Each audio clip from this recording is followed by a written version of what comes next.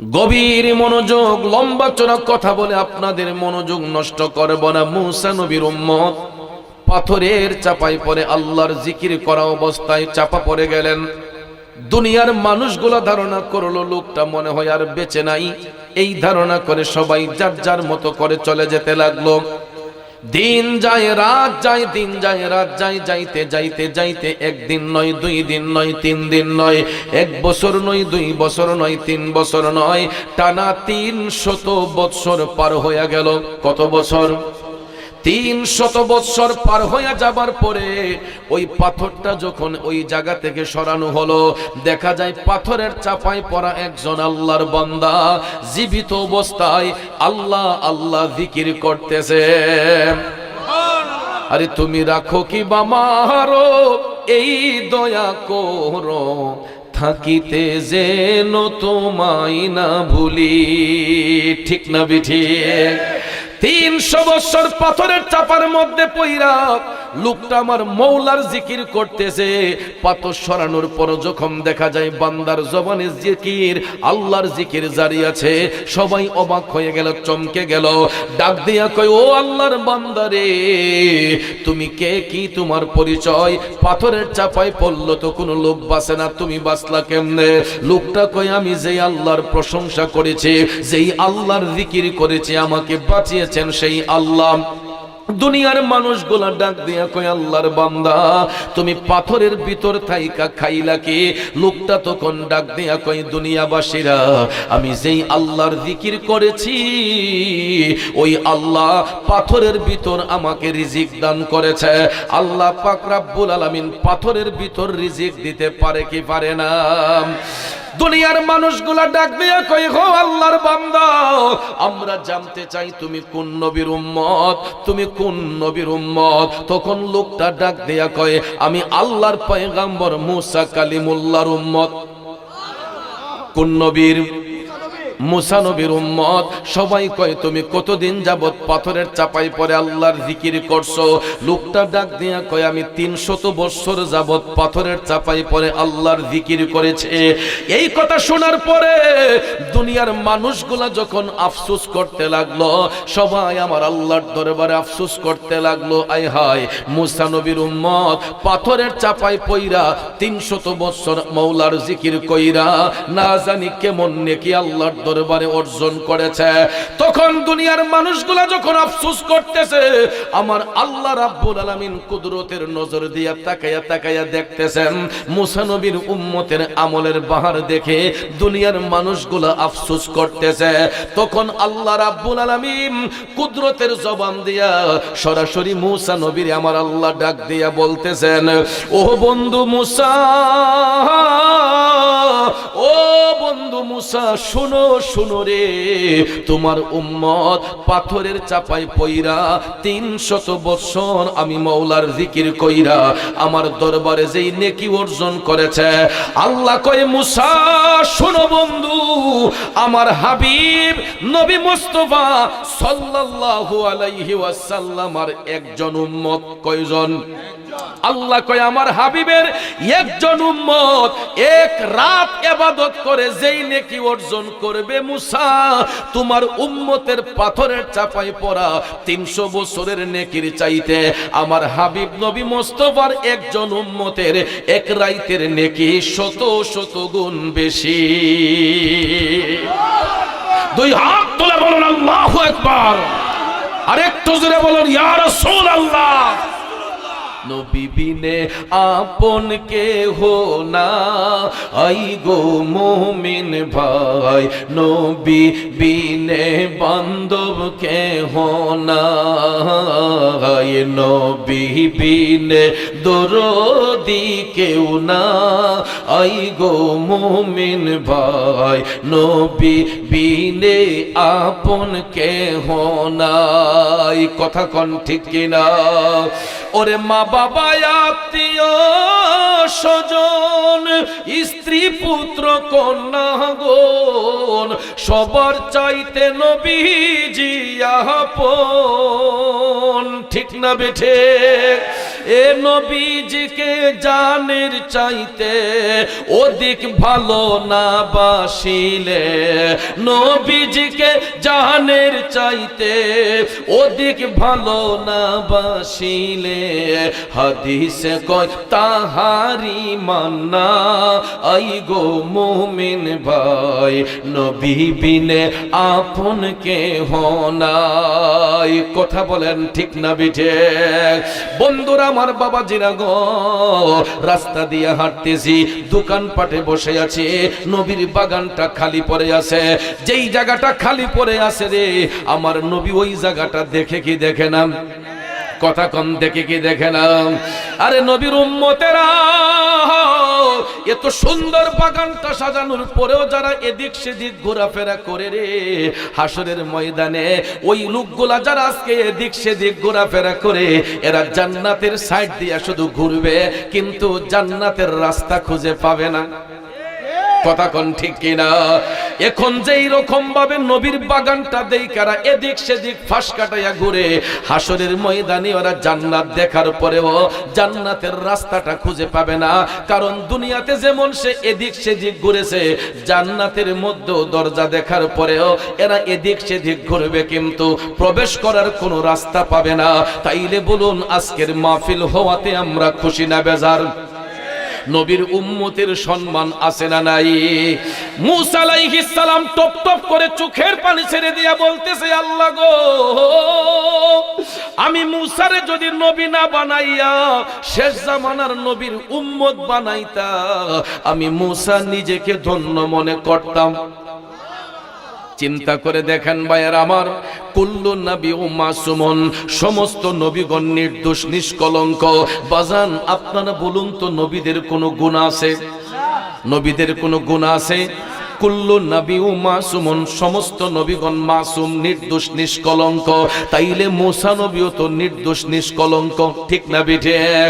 একজন মাসুম নবী, নির্দোষ নবী, দয়াল নবীর উম্মতের আমলের পাওয়ারের কথা শুই না, একজন নির্দোষ নবী আমার আল্লাহর কাছে অ্যাপ্লিকেশন করে, আল্লাহ, আমি মূসারে নবী না বানাইয়া যদি শেষ জামানার নবীর উম্মত বানাইতা, আমি মূসা নিজেকে ধন্য মনে করতাম। তাইলে চিন্তা করেন, পূর্বের যুগের নবীগণ আমার নবীর উম্মতের দাবিদার, আর আমরা তো সরাসরি দয়াল নবীর উম্মত। আমাদের সম্মান আল্লাহর দরবারে কম না বেশি? আরো জোরে কোন, কম না বেশি? এখন দেখেন নবীর সম্মানটা আল্লাহর কাছে কেমন। আল্লাহ রাব্বুল আলামিন সূরা বাকারার 253 নম্বর আয়াতে কারিমায় ঘোষণা দিয়ে বলেন, বিসমিল্লাহির রহমানির রহিম,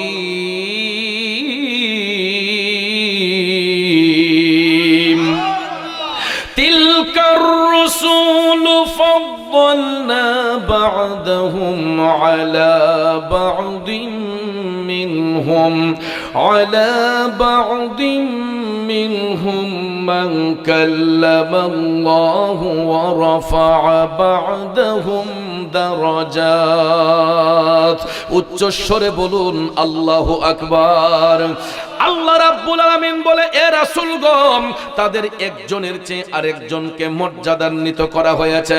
নবী রাসূলের মধ্যে এমন কেউ রয়েছেন যার সঙ্গে আমার আল্লাহ কথা বলেছেন, তাদের মধ্যে এমন রাসূল রয়েছেন যাকে আমার আল্লাহ উচ্চ মর্যাদায় মর্যাদান্বিত করেছেন। এখন ভাইয়েরা আমার, আয়াতে কারিমার সরল তর্জমাটা শুনলাম, আসুন এবার এই আয়াতে পাকের ব্যাখ্যার দিকে চলে যাই।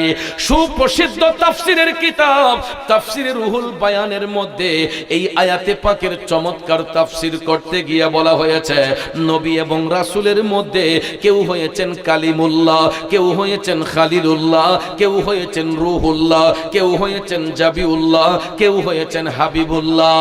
এ আমার সুলতানপুরের বাবাজিরা গো, উত্তর সুরমার নবীর প্রেমিকেরা রে, খালিলুল্লাহ শব্দের অর্থ আল্লাহর বন্ধু, কালিমুল্লাহ শব্দের অর্থ আল্লাহর বন্ধু, রুহুল্লাহ শব্দের অর্থ আল্লাহর বন্ধু, জাবিউল্লাহ শব্দের অর্থ আল্লাহর বন্ধু, খালিলুল্লাহ শব্দের অর্থ আল্লাহর বন্ধু, হাবিবুল্লাহ শব্দের অর্থ আল্লাহর বন্ধু। প্রত্যেকটা শব্দের একটাই অর্থ, সেটা হলো আল্লাহর বন্ধু। এখন আপনাদের কাছে আমি জানতে চাই, সব বন্ধু কি সমান? বন্ধু বন্ধুর মধ্যে ডিসটেন্স আছে না নাই? আমি যদি একটা এক্সাম্পল আপনাদেরকে দেই, যেমন ধরেন স্কুল কলেজ মাদ্রাসা ইউনিভার্সিটির মধ্যে শিক্ষক একজন নাকি একাধিক? একাধিক শিক্ষক, সবাই সম্মানের অধিকারী, কিন্তু মর্যাদার দিক দিয়ে কি সবাই এক সমান? ক্লাসিফিকেশন আছে না নাই? একজন হলো প্রিন্সিপাল, একজন ভাইস প্রিন্সিপাল, একজন সিনিয়র শিক্ষক, একজন জুনিয়র শিক্ষক, আর একজন সহকারী শিক্ষক। প্রত্যেকটা শিক্ষক সম্মানের অধিকারী, কিন্তু মর্যাদার দিক দিয়ে ক্লাসিফিকেশন রয়েছে। ঠিক তদ্রূপভাবে নবী এবং রাসূলের মধ্যে সমস্ত নবীগণ সম্মানিত, সমস্ত নবীগণ আল্লাহর বন্ধু, কিন্তু মর্যাদার দিক দিয়ে একটা ডিসটেন্স আছে, ঠিক না বেঠে? কারণ ভাইয়ারা আমার, বন্ধুরা আমার, মূসা আলাইহিস সালাম নিজে থেকে ইচ্ছে পোষণ করেছিলেন আমার মওলাকে দেখার জন্য, ঠিক না বেঠিক? এই জন্য তিনি অ্যাপ্লিকেশন করেছিলেন, রব্বি আরিনি, রব্বি আরিনি, আল্লাহ আমি তোমাকে দেখতে চাই। আমার আল্লাহ বললাম তারানি, মূসা তুমি দেখতে পারবা না। মূসা নবী কয়, আল্লাহ গো আমি তোমারে দেখতে চাই। আল্লাহ কইলাম তারানি, মূসা তুমি দেখতে পারবা না। বারবার করে বলার পরে মূসা আলাইহিস সালাম কয়, আল্লাহ আমি তোমারে দেখব। তখন আল্লাহ তাআলা কয়, চাইলে যদি আমাকে দেখতে হয় মূসা তুমি তুর পাহাড়ের মধ্যে উঠতে হবে। সুবহানাল্লাহ। এ মূসা, আমাকে যদি দেখতে হয় তুমি তুর সিনার মধ্যে উঠো। তখন মূসা আলাইহিস সালাম তুর পাহাড়ে উঠার জন্য প্রিপারেশন নিলেন। এই বন্ধুরা আমার, বাবাজিরা, তুর পাহাড়ের মধ্যে মূসা নবী উঠার প্রিপারেশন যখন নিলেন, এমন সময় আমার আল্লাহ তাআলা কুদরতের জবান দিয়া ডাক দিয়া কয়, এ মূসা, মূসা রে বন্ধু, তোমার পায়ের জুতাগুলা খুইলা উঠো। আল্লাহ তাআলা ডাক দিয়া কয়, মূসা তোমার পায়ের জুতা খুলে উঠো। সঙ্গে সঙ্গে মূসা নবী পায়ের জুতা খুইলা তিনি আল্লাহর তুর পাহাড়ের মধ্যে উঠলেন। কাকে দেখার জন্য? জুরে কোন কারে দেখার জন্য? তুর পাহাড়ের মধ্যে মূসা নবী উঠলেন আমার মওলার দিদার পাবার জন্য। যখন তিনি তুর পাহাড়ের মধ্যে উঠলেন, উনার সামনে একটা নূরের পর্দা দেখা যায়। আল্লাহ তাআলা ডাক দিয়া কয়, মূসা তোমার সামনে যেই নূরের পর্দাটা দেখা যায়, এই নূরের পর্দাটার মধ্যে তুমি একটু উত্তোলন করো। যখন মূসা নবী তুর পাহাড়ের মধ্যে উইঠা নূরের পর্দার মধ্যে হাত দিয়া শুধুমাত্র হাতটা একটু উপরের দিকে উঠিয়েছিলেন, আমার মওলা পাকের নূর তাজাল্লিতে তুর পাহাড়টা জ্বলে পুড়ে সরকার হয়ে গেল। তারপর মূসা আলাইহিস সালাম আমার মওলা পাকের নূর তাজাল্লির পাওয়ার সহ্য করতে পারে নাই। চিল্লায়া কি আল্লাহু আকবার বলবেন না? কারণ এটা তো আল্লাহর ইচ্ছা ছিল না, মূসা নবী নিজে থেকে ইচ্ছে পোষণ করেছিলেন, যেই কারণে বারবার অনুমতি চাবার পরে আল্লাহ অনুমতি দিলেন। তুর পাহাড়ে ওইটা আমার মওলা পাকের সেই নূর তাজাল্লি যখন তিনি দেখতে পেলেন, এটার পাওয়ার সহ্য করতে পারেন নাই। আর যেই নূরের আলোয়, যেই নূরের পাহাড়ে, যেই নূরের পাওয়ারে নূর তুর পাহাড়টা জ্বলে পুড়ে সারকার হয়ে গেল। আল্লাহ তাআলা পরে চিন্তা করলেন, আমার বন্ধু মূসা আমি মওলাকে দেখতে চাইলো, কিন্তু আমার নূর তাজাল্লি সহ্য করতে পারলো না। আমার বন্ধুর তো একটা ইজ্জত আছে, সম্মান আছে। আল্লাহ কয়, বন্ধু মূসা তোমার পায়ের কারণে আমি তোর পাহাড়ের ছাইগুলারে সুরমা হিসেবে কবুল করে নিলাম। যেই সুরমা আমি আপনি চোখের মধ্যে লাগাই, আব্বাজি এটা মূসা নবীর পায়ের বরকতে। তিনি তুর পাহাড়ের মধ্যে উঠেছিলেন আমার মওলাকে দেখার জন্য, কিন্তু মওলা পাকের নূর তাজাল্লি সহ্য করতে পারেন নাই, যেই কারণে এই তুর পাহাড়ের ছাইগুলাকে আমার আল্লাহ সুরমা হিসেবে কবুল করেছেন। আর আমার আল্লাহ তাআলা কুদরতের জবান দিয়ে বলেছিলেন, কিয়ামত পর্যন্ত ওই ছাইগুলা মেখে শেষ করা যাবে না। যারা সুরমা হিসেবে ব্যবহার করবে, কিয়ামত পর্যন্ত ওই ছাইগুলা ব্যবহার করতে পারবে। সুবহানাল্লাহ বলবেন না? বাবাজিরা আমার, বন্ধুরা আমার, এরপরে বন্ধুরা আমার, আল্লাহ তাআলা মুসা নবীর এক লকব দিয়েছিলেন কালিমুল্লাহ, আল্লাহর বন্ধু।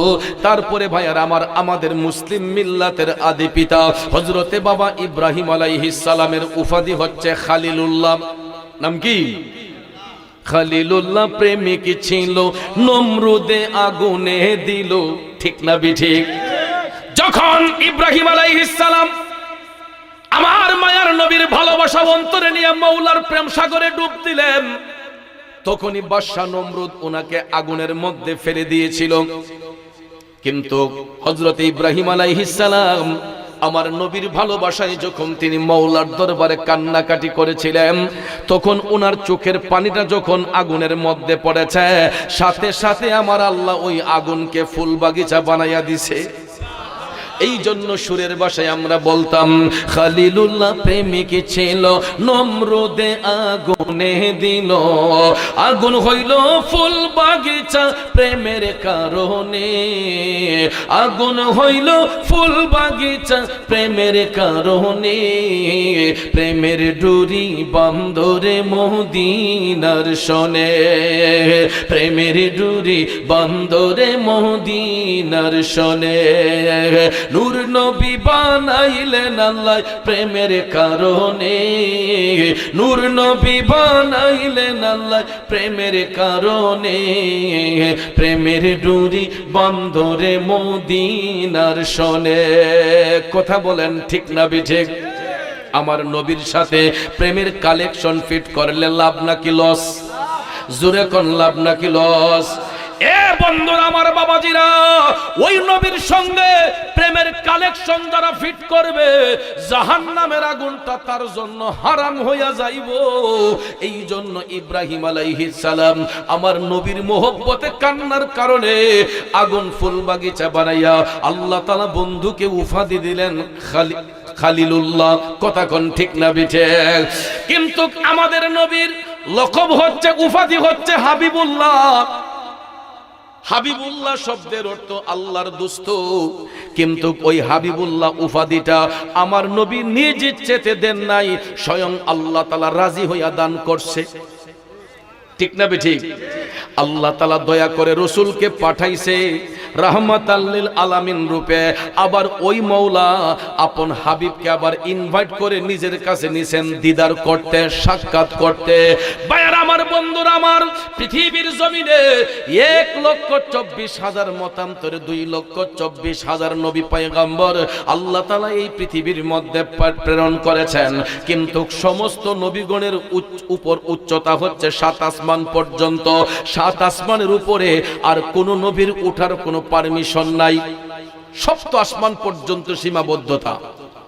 7 আসমানের উপরে আর কোন নবীর উঠার পারমিশন নাই উইদাউট আওয়ার প্রফেট মুহাম্মদ রাসূলুল্লাহ সাল্লাল্লাহু আলাইহি ওয়াসাল্লাম। একমাত্র আমাদের নবী কামলিওয়ালা ছাড়া অন্য সকল নবীগণের সীমাবদ্ধতা 7 আসমান পর্যন্ত। আল্লাহু আকবার বলেন।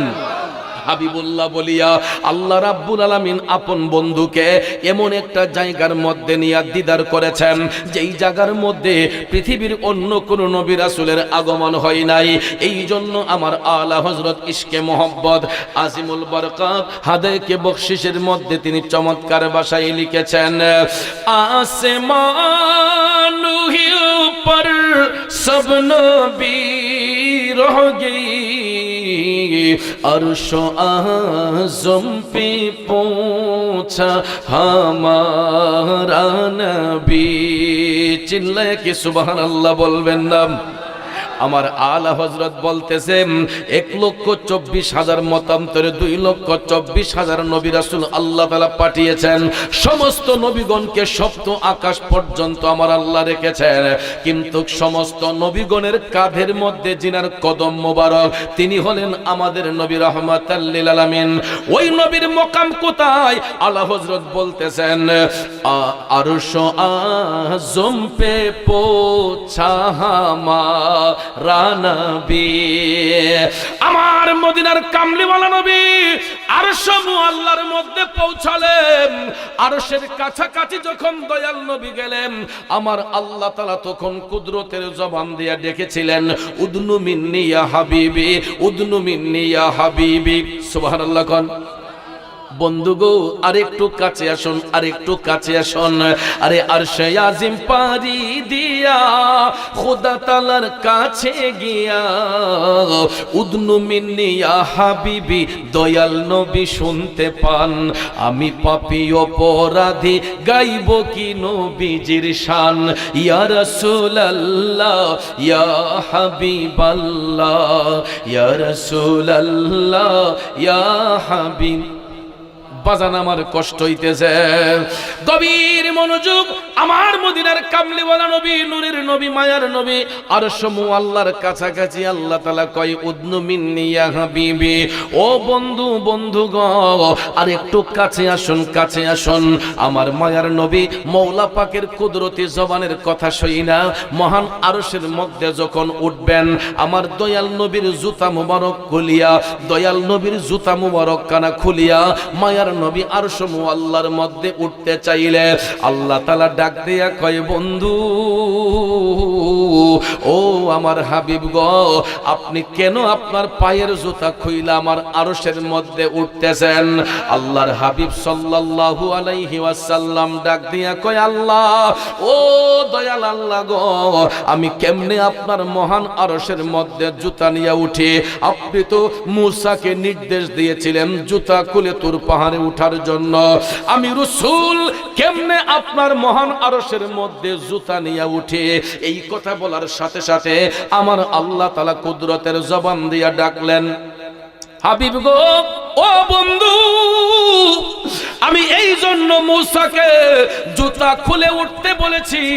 মূসা আমি মওলার নূর তাজাল্লি সহ্য করতে পারবে না, যেই কারণে জুতা খুলে আমি মূসারে তুর পাহাড়ে উঠাইয়া আমার মূসার পায়ের কারণে তুর পাহাড়কে দণ্ড করেছে। আর আপনি বন্ধুকে জুতা মুবারক নিয়ে উঠতে বলেছি, এই কারণে হাবিব আমার আরশ মুআল্লা আপনি বন্ধু নবীর জুতা মুবারকের ধুলির অপেক্ষা করতেছে। আল্লাহ তাআলা ডাক দিয়া কয়, বন্ধু ও আমার হাবিব গো, আপনার জুতা মুবারকের ধুলি দিয়া আমি আল্লাহর আরশটারে ধন্য করে দেন। চিৎকার মেরে বলুন আল্লাহু আকবার। আর একটু জোরে বলুন ইয়া রাসূলুল্লাহ। ওরে আরশ কুরসি যার পায়ের ধুলা মাখি তো চাই সারা বেলা, আরশ কুরসি যার পায়ের ধুলা মাখি তো চাই সারা বেলা, উম্মতের দরদি মোর আর তো দেখি না, উম্মতের দরদি মোর আর তো দেখি না। ও মুসাফির জিয়ারতে চলো মদিনা, সেথায় আছেন নূর নবীজি দয়ার খাজিনা, সেথায় আছেন নূর নবীজি দয়ার খাজিনা। খারাপ লাগতেছে আমার ভাইয়েরা, এ উত্তর সুরমা সুলতানপুরের বাবাজিরা রে, যেই নবীর জুতা মুবারকের ধুলিতে আমার আল্লাহর মহান আরশ দণ্ড হইয়া যায়, ওই নবীর গোলামি করার প্রয়োজন আছে না নাই? কথা কোন আছে না নাই? আব্বাজিরা আমার, বন্ধুরা আমার, যারা ওই নবীর গোলামি করবে এরাই হবে জান্নাতি, যারা নবীর শানে দুশমনি করবে এরাই হবে জাহান্নামী। কথা কোন ঠিক কিনা? যারা নবীর কালেমা পড়বে, নবীকে বিশ্বাস করবে এরা জান্নাতি, যারা নবীর কালেমা পড়া বেঈমানি করবে এরা জাহান্নামী। ঠিক না বে ঠিক? এই জন্য যুবক ভাইয়েরা আমার, তাকান হযরতে আবু বকর সিদ্দিকের দিকে, তাকান হযরতে উমর রাদিয়াল্লাহু তাআলা আনহুর দিকে। তারা কিন্তু ইসলামের প্রথম যুগে তারা কিন্তু মুসলমান ছিলেন না, কিন্তু আমার নবীর দিন দেখা, আমার নবীর জবান মুবারকের বাণী শুইনা কালেমা পড়ে মুসলমান হয়ে সত্য ধর্মে আকৃষ্ট হইয়া সিদ্দিক আকবর হয়েছেন আবু বকর সিদ্দিক রাদিয়াল্লাহু তাআলা আনহু। আমার নবীর দিনে আইসা, আমার নবীকে ভালোবাসা ইসলাম ধর্ম গ্রহণ করে জান্নাতের সার্টিফিকেট অর্জন করে নবীর পাশে শুয়ে শুয়ে আরাম করতেছেন হযরতে উমর ইবনুল খাত্তাব রাদিয়াল্লাহু তাআলা আনহু। কথা বলেন ঠিক কিনা?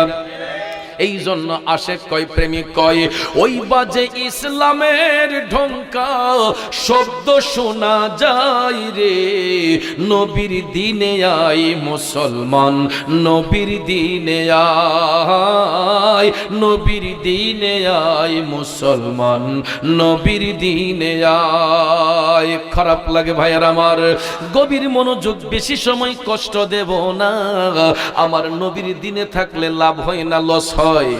কেমন লাভ হয় দেখুন আমার ভাইয়েরা।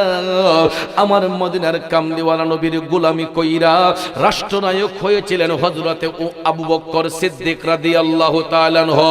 আবার ওই নবীর গোলামি কইরা সিদ্দিক আকবরের পরে রাষ্ট্রনায়ক হয়েছিলেন হযরতে উমর ইবনুল খাত্তাব রাদিয়াল্লাহু তাআলা আনহু। আমার বাবাজিরা, বন্ধুরা, দয়াল নবী যখন গোটা বিশ্ব পরিচালনা করার দায়িত্ব আল্লাহ তাআলা দান করলেন, মায়ার নবীর বিশাল মুবারকের পরে আমার নবী দায়িত্ব দিলেন আবু বকর সিদ্দিক রাদিয়াল্লাহু তাআলা আনহুকে। তারপরে সিদ্দিক আকবরের পর এই খেলাফতের ভার এসেছিল হযরতে উমর রাদিয়াল্লাহু তাআলা আনহুর কাছে। সুবহানাল্লাহ কোন। দায়িত্বকে যদি কেউ ইবাদত মনে করে তাহলে ওই দায়িত্বশীল ব্যক্তির দ্বারাই সমাজ সুন্দর হয়। আর দায়িত্ব পাবার পরে যদি কেউ ক্ষমতার অপব্যবহার করে ওই ব্যক্তির কারণে সমাজ কলঙ্কিত হয়। ঠিক না বেঠে? ভাইয়ার আমার, বন্ধুরা আমার, মদিনার সরকার হয়েছিলেন হযরতে উমর রাদিয়াল্লাহু তাআলা আনহু। কেমন রাষ্ট্রনায়ক হযরতে উমর! গায়ের জামাটাকে প্রতিদিন একবার ধৌত করতেন। একটাই জামা ছিল ভাইয়ার আমার, দ্বিতীয় একটা কাপড় ছিল না হযরতে উমর। প্রতিদিন সারাদিন কাজকর্ম কইরা রাতের বেলা যখন শুইতে যাইতেন তখন সেই কাপড়টাকে তিনি ওয়াশ করতে দিতেন, ধুইতে দিতেন। আবার সকালবেলা ওই কাপড় পইরা রাষ্ট্রনায়ক হযরতে উমর রাষ্ট্রের দায়িত্ব পালন করতেন। তখনের সরকার, মদিনার সরকার, টাকা পয়সা কোনো দিকে কমতি ছিল। বাইতুল মালের মধ্যে অনেক খাদ্য মজুদ ছিল, টাকা পয়সা মজুদ ছিল। চাইলে হযরতে উমর বিলাসিতা করতে পারতেন কিনা? কথা কোন, পারতেন কিনা? কিন্তু ভাইয়ের আমার, রাষ্ট্রীয় সম্পদ একটা পয়সাও বেহুদা খরচ করেন নাই হযরতে উমর। এমন নিপুণতার সহিত তিনি মদিনার দায়িত্ব পালন করেছেন, রাষ্ট্রনায়কের দায়িত্ব পালন করেছেন। কেমন রাষ্ট্রনায়ক, দায়িত্বটা কেমন দেখেন। দিনের বেলা হযরতে উমর মদিনার এলাকার দায়িত্ব পালন করতেন, অফিসিয়াল কাজ করতেন। দিনের বেলা অফিসিয়াল দায়িত্ব পালন করতেন।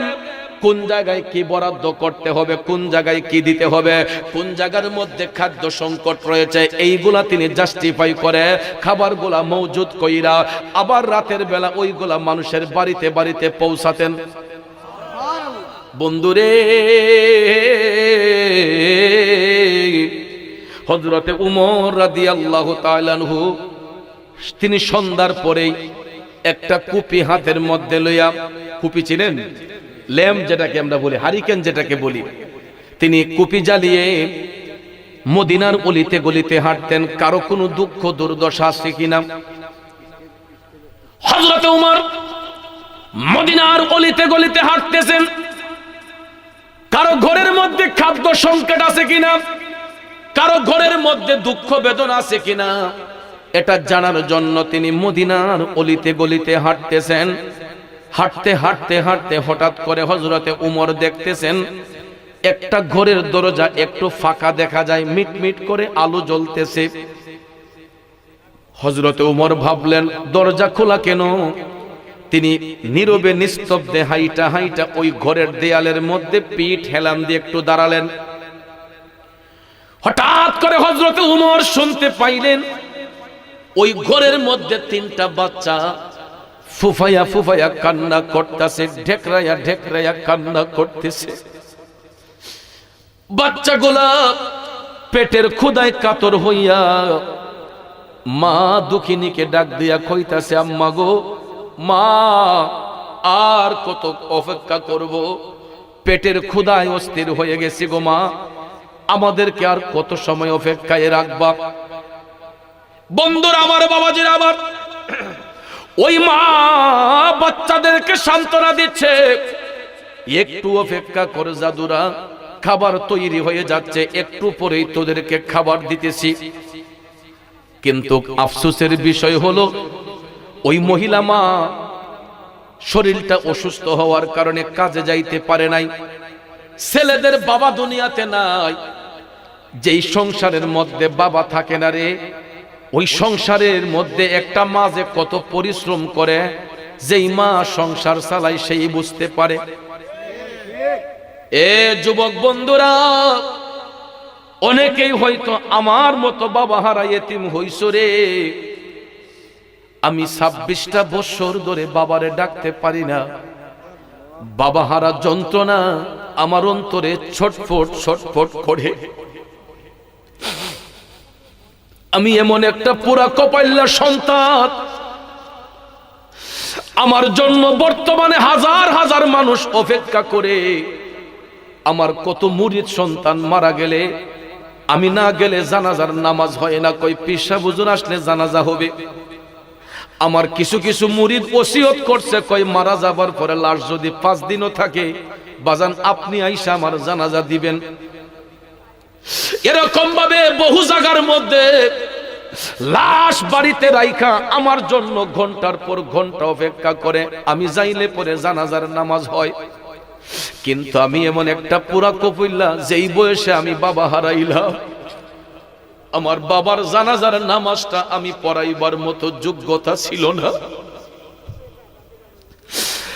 এই একটা আফসোস আমার জীবনে। কত মানুষের জানাজা দেই, নিজের বাবার জানাজার নামাজটা পড়াইতে পারি নাই। এত ছোট ছিলাম যেই বয়সে বাবা হারাইছি। এই জন্য মাটারে নিয়ে গর্ব করি, কেন জানেননি? 26টা বছর জীবনের সাথে যুদ্ধ করে আমার মা আমরা 6টা ভাই বোনে মাস্টার ডিগ্রি কমপ্লিট করাইছে, MA পাস করাইছে। একটা মাঝে কত কষ্ট করে আমি আমার মারে দেখা বুঝছি। চাইলে আমাদেরকে কাজে লাগাইতে পারতেন, বিদেশে পাঠাই দিতে পারতেন, যেই কোনো দোকানে কাজ করার জন্য দিতে পারতেন, পারতেন কিনা? কিন্তু ভাইয়েরা, আমার বাবার আদর্শ ছিল পড়াশোনা করা। আমার মাকে বাবা পরামর্শ দিয়েছিলেন যে আমি মারা গেলেও আমার বাচ্চাগুলারে তুমি মানুষ বানাইও, পড়াশোনা করাইও। এ বন্ধুরা আমার, বাবাজিরা, সেই স্মৃতি ধারণ করে আমার মা 6টা ভাই বোনকে, আমাদের 6টা ভাই বোনদেরকে মানুষের মতো মানুষ করার জন্য চেষ্টা চালিয়ে বর্তমানে শরীরটা অসুস্থ। অসুস্থ শরীরটা হলেও আজকে যখন আমি বাড়িতে গেলাম, এখন কিন্তু আমি বাড়ি থেকে আসছি 9টার সময় হবিগঞ্জ আমার স্নানঘাট থেকে রওনা হইছি মাহফিলের উদ্দেশ্যে। 3বার কল দিয়া দিছে, ফুত আসো কই, রাস্তা ঠিক আসেনি, কুয়াশা আসেনি। এই যে সন্তানের প্রতি দরদ, মা যদি চলে যায় এই দরদটা আর কে দেখাইব? এই জন্য প্রেমিক কয়, মা বিনে বান্ধব নাই রে, মা বিনে বান্ধব নাই রে, এই যে সোনার দুনিয়ায়। ভেবে দেখো কি করছো এই মায়ের লাগিয়া, ভেবে দেখো কি করছো এই মায়ের লাগিয়া। বন্ধুরে, মা কত আপন সন্তানের জন্য। আজকেও যখন বাড়িতে গেছি, গাছের একটা পেঁপে পাকছে, আমার মার মন চাইলে খাইয়ে ফেলতে পারতো। সকালবেলা যখন বলছে আম্মা আমি আজকে বাড়িতে আসবো, যাইয়া দেখি পেঁপেটারে কাটটা সুন্দর করে টেবিলের উপর ঘুইরা রাখছে। পাশের রুমে মানুষ বেশি, আম্মা চিন্তা করছে সবাই পাতে দেওয়া যাবে না, গাছের পেঁপে বাচ্চারে খাওয়াইবার লেগে আমার নিয়ে কই ফুট গাছের পেঁপেটা ফাঁকছে, একটা পিস পেঁপে মুখ দিয়ে যাও। আমি না করি আম্মা ঠান্ডা লাগবো, কফুট লাগতো না, কই আমার গলার মাঝে হাতে কই ফুট খাও, একটা চামিচ দিয়ে আমার হাতে মুখের মাঝে তুইলা দিতেছে। এটার নাম হলো মা। নিজের মুখে খাবার না দিয়া যেই মা সন্তানের মুখে খাবার দেয়। এ বন্ধুরা আমার, রাষ্ট্রনায়ক হযরতে ওমর রাদিয়াল্লাহু তাআলা আনহুর জামানায় তিনি যখন মদিনার সরকার, তিনি হাইটা হাইটা ওই ঘরের দেয়ালের পাশে গিয়া দাঁড়ালেন। বাচ্চাদের বাবা দুনিয়াতে নাই, বাবাহারা সন্তানগুলা মায়ের আঁচলে বড় হচ্ছে। মা কাঠ কুড়াইয়া কাঠ বিক্রি করে বাচ্চাদের কাইন্না খাবার খাওয়াইতো। প্রতিদিন তো শরীরের কন্ডিশন ভালো থাকে না, ঠিক না? মাঝে মধ্যে জ্বর সর্দি কাশি হয় কিনা, শরীরে বিষ ব্যথা আসে না? তো রক্তে মাংস গড়া শরীর, ওই মায়ের শরীরটা অসুস্থ, অসুস্থতার কারণে একদিন কাঠ কুড়াতে পারে নাই, দিনে আনে দিনে খাইতো।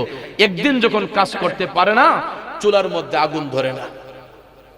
এখন পেটের ক্ষুধা তো নিবারণ করা যায় না, পেটের ক্ষুধায় বাচ্চাগুলা কান্দে। ও বন্ধুরে, বাচ্চা তো মার কাছে কানবে। মা দেখেন বাচ্চাগুলারে সান্ত্বনা দেওয়ার জন্য চুলার মধ্যে একটা গরম পানির ডেকসি বসাইয়া কাঠি হাতে নিয়ে শুধু পানির মধ্যে নাড়তেছে। বাচ্চাগুলা যখন কান্দে বাচ্চাদেরকে সান্ত্বনা দিয়া কয় একটু অপেক্ষা করো, জাদু খাবার হইয়া যাইতেছে। আসলে কি ডেকসির ভিতর কোনো খাবার আছে? মার কথা হলো কামতে কামতে এক সময় বাচ্চাগুলা ঘুমাইয়া যাইব, কামতে কামতে এক সময় বাচ্চাগুলার পেটের ক্ষুধা দূর হইয়া তারা ঘুমাইয়া যাইব। তখন সকালবেলা ঘুম থেকে উঠা কাঠ করাইয়া কাঠ বিক্রি কইরা আইনা আবার বাচ্চাদের খাওয়াইব। ওই মা এই সিদ্ধান্তে চুলার মধ্যে ডেকসিটা বসাইয়া পানি ঢাইলা গরম পানির মধ্যে কাটে দিয়া নাড়তেছে। বাচ্চাগুলা খাবারের জন্য কামতেছে, আর ওই বাচ্চাদের চোখের পানি দেখা মা ইচ্ছে মতো হযরতে উমর রাদিয়াল্লাহু তাআলা আনহুরে বকাবকি করতেছে যে আজকে রাষ্ট্রনায়ক হযরতে উমরকে থইয়া আমার বাচ্চাগুলা খাবারের কষ্ট করতেছে, আমি একটা গরিব মানুষ, আজকে শরীরটা অসুস্থ হওয়ার কারণে কাজ করতে পারলাম না। আর উমরের মতো রাষ্ট্রনায়ক চাইলে তো বাইতুল মাল থেকে আমার ঘরে কিছু খাবার পাঠাইতে পারতো। এই কথা যখন হযরতে উমর শুনলেন, হযরত উমর লজ্জায় পড়ে গেছেন, টপ টপ করে চোখের পানিগুলা ঝরঝর করে পড়তেছে। হযরতে উমর টপ টপ করে চোখের পানি ছেড়ে কান্না করতেছে। আয় হায় রে, সকল দোষের দোষিত আমি উমর। আজকে আমার কারণে বাচ্চা তিনটা অনাহারে মরতেছে, খাবারের কারণে মরতেছে। হযরতে উমর চিন্তা করলেন, এখন যদি আমি আমার এই চেহারা নিয়ে মহিলার সামনে গিয়া দাঁড়াই, ওই মহিলা অনেক রাগান্বিত হয়ে আমারে বকাবকি করবে। সঙ্গে সঙ্গে হযরতে উমর একটা কৌশল অবলম্বন কইরা নিজের পরিচয়টা গোপন করার জন্য মুখের মধ্যে একটা কাপড় বাইদা পরিচয়টা গোপন করে ফেললেন। দেখেন একজন রাষ্ট্রনায়কের দায়িত্বটা কি, আর বর্তমানে আমাদের অবস্থাটা কি। বন্ধুরা আমার, বাবাজিরা, হযরতে উমর মুখের মধ্যে কাপড় লাগাইয়া তিনি ঘরের দরজার মধ্যে যাইয়া নক করতেছেন। তিনি মদিনার রাষ্ট্রনায়ক, ইচ্ছে করলে সরাসরি ঘরে ঢুকতে পারতেন কিনা? এখান থেকে একটা মাসালার শিক্ষা নেন বাজান। আমরা অনেক সময় অনেকের বাড়িতে বেড়াতে যাই, যাই না? কেউ শ্বশুর বাড়ি যায়, মামার বাড়ি যায়, খালার বাড়ি যায়, বন্ধুর বাড়ি যায়, নিজের বাড়িতে যায়, বরাবর গিয়া দরজা খুলে ঢুকে যায়। এটা ইসলাম নিষেধ করেছে, আমার রাসূল নিষেধ করেছেন। আপনি ঘরের কর্তা, এরপর রাসূল বলেছেন বাড়িতে প্রবেশ করার আগে বাহির থেকে সালাম বিনিময় করো। কারো বাড়িতে অনুমতিবিহীন সরাসরি গিয়ে ঢুকবেন না। যদি আগে সালাম বিনিময় করবেন, যদি সালামের জবাব না আসে, রাসূল বলেছেন তোমরা 3 বার গলা কাশি দাও। কেন? ঘরের ভিতরে আমাদের পর্দানশীল মা বোনদের একটা ব্যক্তিগত স্বাধীনতা আছে, ঠিক না বেঠিক? আমরা পুরুষরা বাহিরে স্বাধীনভাবে চলি, মহিলারা ইচ্ছে করলেই বাহিরে স্বাধীনভাবে চলতে পারে না, কিন্তু ঘরের ভিতরে মহিলা মা বোনদের একটা ব্যক্তিগত স্বাধীনতা আছে। যেমন অনেক সময় দেখা যায় পরিবারে চলাফেরা করতে গিয়া অনেক মায়ের বুকের উপর ওড়না থাকে না, বাচ্চাকে দুধ পান করায়, অনেক সময় দেখা যায় মাথার মধ্যে কাপড় থাকে না, কারণ ঘরের ভিতরে তার রুমের মধ্যে একটা স্বাধীনভাবে চলার চেষ্টা করে। আসলে এরকম এটা প্রত্যেকটা পরিবারে এরকমটা হয়। এখন আমি ঘরের কর্তা, অনেক সময় দেখা যায় আমার ঘরে উপযুক্ত মেয়ে আছে, আমি গিয়া যখন হঠাৎ করে ঘরে ঢুকে যাই, আমার মেয়েও আমাকে দেখে লজ্জায় পড়ে যায়। ঠিক না ঠিক? এই জন্য নিয়ম হলো, রাসূল বলেছেন তুমি তোমার নিজের বাড়িতে ঢোকার আগে সালাম বিনিময় করো। সালাম দেওয়ার পরে উত্তর যদি না আসে, সালামের জবাবটা নিজে নিজে দিয়ে 3 বার গলা কাশি দাও, যাতে করে ঘরের ভিতর মহিলা থাকলে এরা অ্যালার্ট হয়ে যায়। যার মাথায় কাপড় নাই মাথায় কাপড় দিবে, বুকে ওড়না না থাকলে ওড়না দিবে, বাচ্চাকে দুধ পান করানো অবস্থায় থাকলে সে নিজেকে গুছিয়ে নিবে। ঠিক না ঠিক? যাতে তারা লজ্জায় না পড়ে। কারণ আল হায়া ও নিসফুল ঈমান, লজ্জা শরম হচ্ছে ঈমানের অঙ্গ। ঠিক না ঠিক? আল হায়া ও নিসফুল ঈমান, লজ্জা শরম হচ্ছে ঈমানের অঙ্গ। এই জন্য ভাইয়ের আমার, মদিনার রাষ্ট্রনায়ক হযরতে উমর চাইলে তিনি মদিনার স্পেশাল পাওয়ারে রাষ্ট্রনায়ক হিসেবে ঘরের ভিতরে তিনি ঢুকে যেতে পারতেন, কিন্তু ওই মুহূর্তে হযরতে উমর রাদিয়াল্লাহু তাআলা আনহু নিজের পরিচয়টা গোপন করে দিয়া তিনি দরজার মধ্যে নক করে বললেন, মা আপনি অনুমতি দিলে আমি আপনার ঘরে একটু ঢুকতে চাই। মহিলা মনে করছে কোনো চোর ডাকাত, কারণ রাতের অন্ধকারে তো চোর ডাকাতি অনেক সময় ভয় দেখায় বা অনেকের ঘরে যায়। ঠিক না? তখন ওই মহিলা ভয়ে ভাবছে চোর ডাকাত কিনা।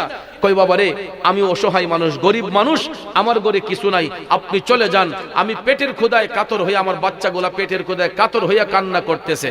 তখন হযরতে উমর নিজের পরিচয়টা গোপন করে বলতেছেন, মা গো আমি কোনো চোর ডাকাত নই গো মা, আপনি নির্দ্বিধায় থাকতে পারেন, আপনার বাচ্চাদের কান্না শুনে আমার একটু দরদ হয়েছে, আমার একটু মায়া হয়েছে, আমি অনুমতি দিলে আপনার ঘরে একটু ঢুকতে চাই। 1 বার 2 বার 3 বার বলার পরে মহিলা অনুমতি দিলেন। এরপরে হযরতে উমর ঘরের মধ্যে ঢুকলেন, ঢুইকা মহিলা মাকে সালাম দিলেন, ডাক দিয়ে বললেন, মা গো মা আপনার বাচ্চাগুলা কেন কাঁদতেছে গো মা, কি তার কারণ?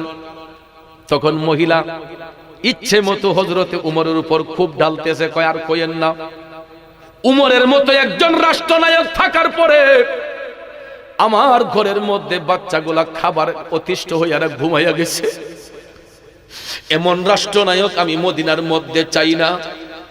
অথচ হযরতে উমর নিজেই কিন্তু পরিচয় গোপন রেখে শুনতেছেন, আর চোখের পানিগুলা টপ টপ করে ছেড়ে কান্না করতেছেন।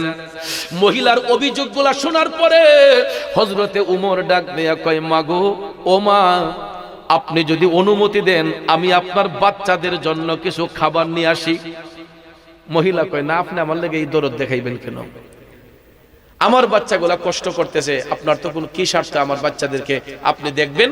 হযরত উমর কয়, মা আমার কোনো স্বার্থ নাই, আপনার বাচ্চাদেরকে দেখে একটু মায়া লাগছে, এই জন্য আমি তাদেরকে কিছু খাবার এনে দিতে চাই। 1 বার 2 বার 3 বার বলার পরে মহিলা কয়, ঠিক আছে আপনি এত করে যেহেতু বলতেছেন তাইলে এটা আপনার ইচ্ছা। তখন হযরতে উমর বলতেছেন, মা আমি যাব আর আসব, আমি যাব আর আসব, আপনি কিন্তু আবার আমি আসলে দরজাটা খুলবেন। কয় ঠিক আছে আপনি আসেন। এই কথা বলে হযরতে উমর ওনার সফর সঙ্গীকে সাথে নিয়া, ওনার পার্সোনাল সেক্রেটারিকে সাথে নিয়া হযরতে উমর আবার হাইটা হাইটা চলে গেলেন বাইতুল মালে, খাদ্য গুদামে, যেখানে খাদ্য স্টক, সেখান থেকে একটা আটার বস্তায় ধরলেন। ওনার সেক্রেটারি বলে, হুজুর আমার মাথায় দেন। হযরত উমর বললেন, না অন্যায় করেছি আমি, সাজা ভোগ করবেন আপনি, এটা হইতে পারে না, আমি মদিনার রাষ্ট্রনায়ক, ওই মহিলার বাচ্চাগুলা আমি উমরের কারণে খাবারের কষ্ট করতেছে, আটার বস্তা আপনার মাথায় নিলে তো ব্যথাটা আমি অনুভব করতে পারবো না, এই আটার বস্তাটা আমি উমরের মাথার মধ্যে উঠাইয়া দেন। এরে উত্তর সুরমা সুলতানপুরের বাবাজিরা, সরকার কারে কই দেখো, রাষ্ট্রনায়ক কারে কই দেখো। হযরত উমর টান দিয়া আটার বস্তাটা নিজের মাথার মধ্যে লইয়া হাইটা হাইটা হাইটা উমর এই রাতের অন্ধকারে আবার ওই মহিলার ঘরের মধ্যে যাইলেন। মা মাগো আমি আগন্তুক আবারও আপনার ঘরের মধ্যে আসলাম, অনুমতি দিলে আমি আপনার ঘরে ঢুকতে চাই। ভদ্র মহিলা অনুমতি দিল। হযরত ওমর ঘরের ভিতর ঢুইকা আটার বস্তাটা মাথা থেকে নামাইয়া বললেন, মা আপনি যদি অনুমতি দেন আমি আপনার রান্নার ঘরে একটু ঢুকতে চাই। মহিলা ওনার বিশ্বাস প্রখর হলো, তখন ভাবতেছে না লোকটা আসলে খারাপ কেউ না। হযরত উমর তো পরিচয় গোপন রাখছেন, রাইখা তিনি রান্নার ঘরে ঢোকার অনুমতি চাইলেন। মদিনার রাষ্ট্রনায়ক, মদিনার সরকার ওই ভদ্র মহিলার রান্নার ঘরে ঢুইকা হযরত উমর ডেকসির মধ্যে তাকাইয়া দেখতেছেন পানিগুলা আগুনে বলকা উঠছে। ওই গরম পানির দিকে তাকাইয়া হযরত উমরের চোখের পানিগুলা টপ টপ পড়তেছে, যে মা এই গরম পানির মধ্যে কাটে দিয়া নাইরা বাচ্চাগুলারে সান্ত্বনা দিছে। আহারে সব দুষ্ট আমি উমরের। সঙ্গে সঙ্গে এই অপরাধকে ঢাকার জন্য হযরত উমর আটার বস্তাটা খুইলা এই বস্তা থেকে আটাগুলা গরম পানির মধ্যে ঢাইলা ওই আটাগুলারে সুন্দর করে গুলাইয়া হযরত উমর রান্নার ঘরে বইসা নিজের হাতে রুটি বানাইছে। মদিনা সরকারও নিজের হাতে রুটি বানাইলেন। অনেকগুলা রুটি বানাইয়া হযরতে উমর ওই রুটিগুলা সুন্দর করে ভাজলেন। সঙ্গে সঙ্গে পকেট থেকে একটা মধুর বোতল বের করলেন, পকেট থেকে একটা মধুর বোতল বের করলেন। হযরতে উমর এই মধু রুটির মধ্যে লাগাইয়া বাচ্চাগুলারে ঘুম থেকে জাগাইলেন। ঘুম থেকে জাগাইয়া হযরতে উমর বাচ্চাগুলাকে নিজের রান মুবারকের মধ্যে বসাইলেন। দুই পাশে বসাইয়া হযরত উমর মধু মিশাইয়া রুটিগুলা বাচ্চাদের মুখে দিতেছে। বাচ্চাগুলা তো পেটের ক্ষুধায় কাতর, খাবার দেখা ওই বাচ্চাগুলা এত খুশি, মনের আনন্দে বাচ্চাগুলা রুটি খাইতে শুরু করলো। খাইতে খাইতে খাইতে গো বাচ্চাগুলার যখন পেট ভরে গেছে, এরা কয় আলহামদুলিল্লাহ আর খাবো না। হযরতে উমর মা দরদিকে ডাকলেন, মাগো তোমারও তো শরীরটা অসুস্থ, মা এখান থেকে কিছু রুটি তুমিও খেয়ে নাও। মা এটা মধু মিশ্রিত রুটি, তুমি খেয়ে নাও গো মা। ওই মহিলা মা যখন খাইয়া তারও পেটের ক্ষুধা নিবারণ করছে, বাচ্চাগুলা যখন খাবার খাইয়া পেটের ক্ষুধা নিবারণ করছে। বন্ধুরা এখন হযরতে উমর ওই ভদ্র মহিলারে ডাক দিয়া কয়, মা আর কোন অসুবিধা আছে? মহিলা কয় না। তখন হযরত উমর কয়, মাগো আমি যদি আপনার কাছে একটা অনুরোধ করি রাখবেন নি? মহিলা কয়, কি হুজুর অনুরোধটা কি?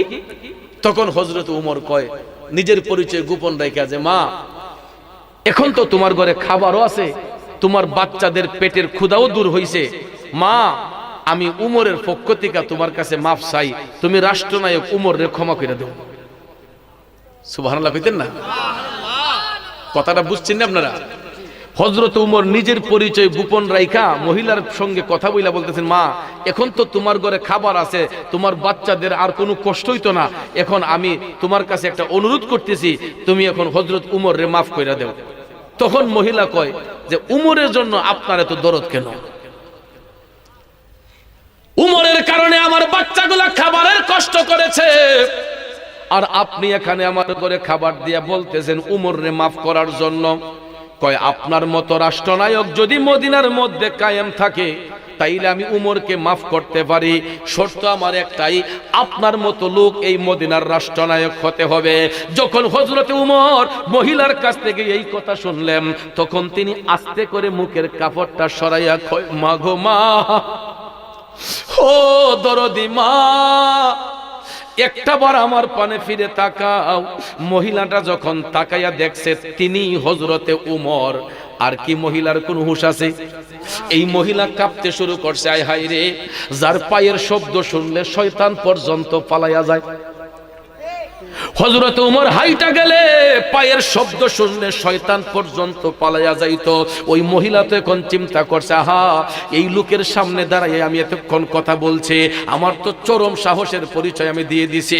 তখন এই মহিলা ভয়ে কাঁপতে শুরু করছে, কয় হুজুর আমি বুঝতে পারি নাই, আমারে ক্ষমা করেন। হযরত উমর কয়, থামুন, অন্যায় করেছি আমি, আর কাতর হবেন আপনি, এটা হতে পারে না। মা অন্যায় যে করে অন্যায় সেই সয়, অন্যায় যে করে অন্যায় সেই সয়। মাগো আমি অন্যায় করেছি, আমি অন্যায়টা সওয়ার চেষ্টা করেছে। মা আমি জানতাম না তোমার ঘরের মধ্যে যে খাবার নাই। মাগো একজন রাষ্ট্রনায়ক রাষ্ট্র পরিচালনা করতে যাইয়া সব দিকে খেয়াল নজর রাখতে অনেক সময় কিছু ত্রুটি বিচ্যুতি হয়, ঠিক না ঠিক? মাগো অনেক সময় কিছু ত্রুটি বিচ্যুতি হয়, যে আমি যে তো এখন জেনে গেছি তোমার ঘরে খাবার নাই, ইনশাআল্লাহ আজকের পর থেকে মা আমার দায়িত্বের মধ্যে আমি আর কোনো ত্রুটি রাখবো না, তুমি বলো আমারে ক্ষমা করছো। তখন মহিলাকে, হুজুর আমারে আর লজ্জা দিয়েন না, হুজুর আমারে ক্ষমা করে দেন, আমি জন্মের জন্য আপনার কাছে ক্ষমা চাইতেছি, আমি না যাই না আপনার উপরে তহমত দিছি, হুজুর আপনি আমারে ক্ষমা করেন। হযরত উমর বলেন আমার মধ্যে কোনো কষ্ট নাই, বলো তুমি আমাকে ক্ষমা করছো? তখন মহিলাকে, হুজুর আমার ভিতরে আর কোনো কষ্ট নাই। এটার নাম হলো রাষ্ট্রনায়ক, এটাই হলো জনগণ। কথা কোন ঠিক কিনা? কিন্তু ভাইয়ার আমার, আমাদের দেশের মধ্যে অনেক সময় অনেক জায়গায় দেখা যায় রিলিফের টাকাগুলা পর্যন্ত খাইয়া ফেলে। গরিব মানুষের চাইল আইছে সরকারি তহবিলে, দেখা যায় ডিজিএফ এর চাইলগুলা কয়েকজন রে দিয়া মুখ মুখ দীক্ষা বাকিরা বেচাহিলা হেফাহট হইলিছে। কথা কোন ঠিক না ঠিক? ওরে মূর্খের দল বিচারপতি, মন রে না জানে আইনের নীতি, করে কেবল নিজের ক্ষতি, ঘুষ নিষেধ খায়। প্রেমের বাজারে দেখি মানুষ নাহি পায়, ভবের বাজারে মানুষ সীমা শঙ্কা নাই। প্রেমের বাজারে দেখি মানুষ নাহি পায়। খারাপ লাগতেছে আমার বাবাজিরা, একটু দুরূদ শরীফ পড়েন। আল্লাহুম্মা সাল্লি আলা সাইয়্যিদিনা মাদ, আল্লাহুম্মা সাল্লি আলা সাইয়্যিদিনা মুহাম্মাদ নাবি শাফিয়ানা মাওলানা মুহাম্মাদ নাবি শাফি মাওলানা। আমার বাবাজিরা বন্ধুরা গভীর মনোযোগ মনোযোগ।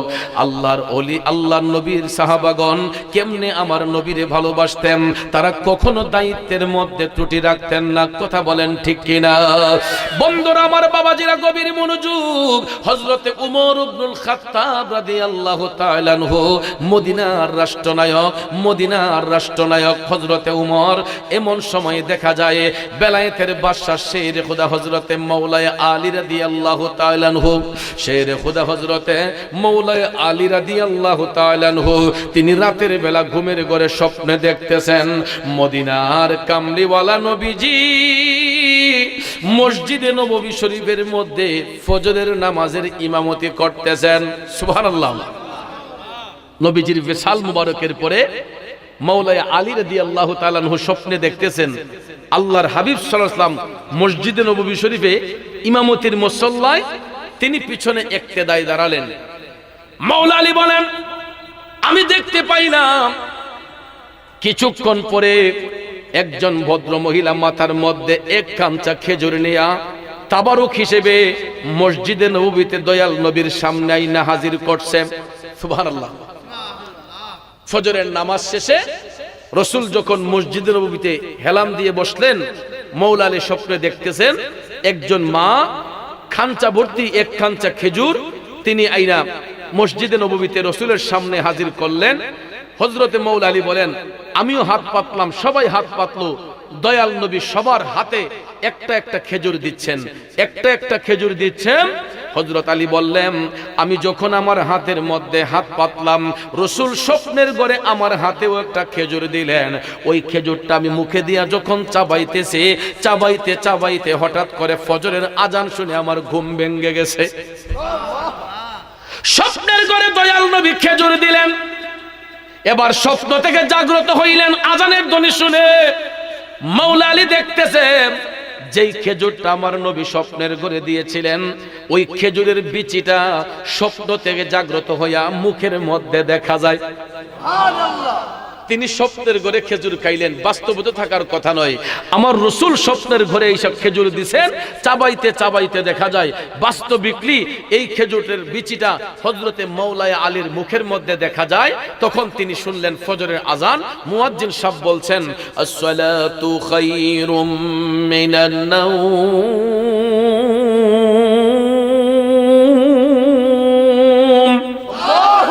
ঘুম থেকে নামাজ ভালো, ঘুম থেকে নামাজ ভালো। এই কথাটা শোনার সঙ্গে সঙ্গে সমস্ত সাহাবায়ে কেরাম তারা ফজরের নামাজ পড়ার জন্য মসজিদে নববীর মধ্যে তারা তাশরিফ নিলেন। হযরত আলী ওযু শেষ, ওযু বানাইয়া তিনিও মসজিদে নববীর মধ্যে নামাজ পড়তে গেলেন। ফজরের নামাজ শুরু হবে, ইমামতির মুসল্লায় দাঁড়ালেন এবার হযরতে উমর, কারণ তিনি তো মদিনার রাষ্ট্রনায়ক, ঠিক না ঠিক? ইমাম তো হযরতে উমর ইবনুল খাত্তাব, রাষ্ট্রনায়ক। তিনি ইমামতির মুসল্লায় যখন দাঁড়ালেন, মাওলা আলী পিছনে ইক্তেদায়, অন্যান্য সাহাবায়ে কেরাম সবাই ইক্তেদায় দাঁড়ালেন। এবার হযরতে উমর ইবনুল খাত্তাব রাদিয়াল্লাহু তাআলা আনহু 2 রাকাত ফজরের ফরজ নামাজ আদায় করলেন। ফরজ সালাত আদায় কইরা তিনি যখন সালাম ফিরাইলেন, সালাম ফিরাইয়া ইস্তেগফার করে দোয়া মুনাজাত করে আমার মদিনার কামলিওয়ালা নবী যেই দিকে বসেছিলেন, হযরত আলী লক্ষ্য করতেছেন হযরতে উমর ইবনুল খাত্তাব তার একটু পাশে মসজিদে নববীর দেয়ালের মধ্যে ফজরের নামাজ পড়ে একটু হেলাম দিয়া বসলেন। এখন বাস্তবিকই দেখা যায় একজন বৃদ্ধা মা মাথার মধ্যে এক খাঞ্চা খেজুর নিয়া মসজিদে নববীর মধ্যে আইনা তাবারুক দিছে। আর আজকে আমরা অনেক জায়গায় তাবারুকের বিরুদ্ধে ফতোয়া দেই, মিলাদ মাহফিলে নাকি তাবারুক করা যায় না।